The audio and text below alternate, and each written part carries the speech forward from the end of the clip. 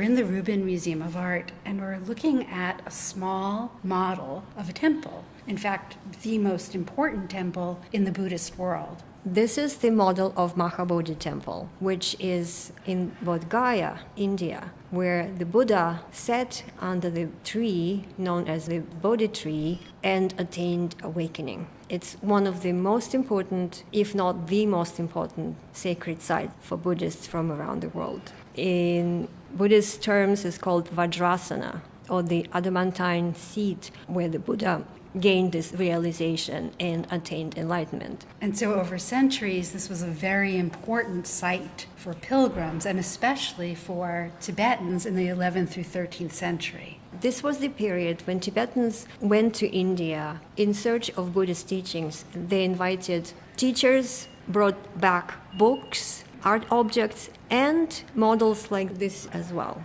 But this is much more than just a memento from a pilgrimage journey. It represents the essence of the site. In fact, we see several things here that are not part of the structure of the actual temple. For example, we see that tree that the Buddha sat beneath until he reached enlightenment. It's not really part of the actual structure of the building, but here it is incorporated into the model to be part of that symbolic representation of the site itself.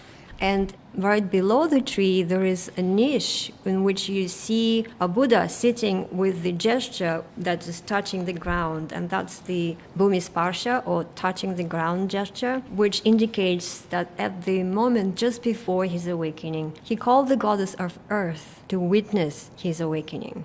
The model is rectangular in plan. It has an entrance with columns. It's topped by a tower in the center with a stupa on top, and in addition, smaller towers on the four corners topped by stupas. And this very intricate carving, quite masterfully done. But if you really look and try to decode what these images are, you come to realize that they're not just images of seated Buddhas, they're also images that represent the events from the Buddha's life, which is not part of the actual temple's carvings. What it tells us is that this model is not just a replica of the building, it is a symbolic representation of the Buddha's life and the most important event in his life, the awakening. But all the other events, many of them are also depicted here. For example, we see as parinirvana.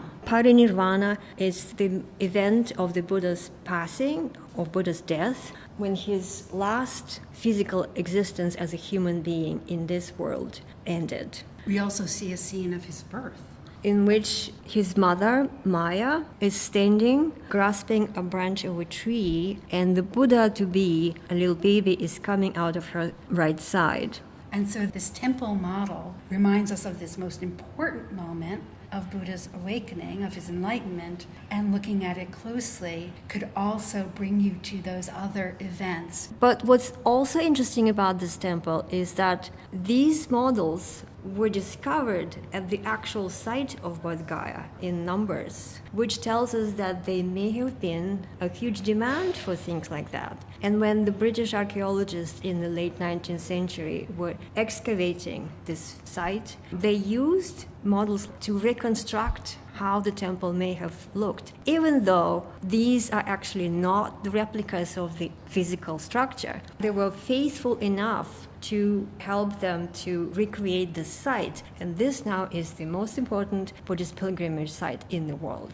What's important about this site and how it's been maintained over centuries is the international nature of the devotion and effort that was taken in maintaining this site. There were also inscriptions discovered, Burmese, Chinese, as well as Tibetan inscriptions, which really testify how important the site was for all of the Buddhists, including Tibetan Buddhists, who went there to pay homage to the site, but also to accumulate merit, because it is said in Buddhist tradition that once you visited Bodhgaya, it is assured that you will attain enlightenment at some point.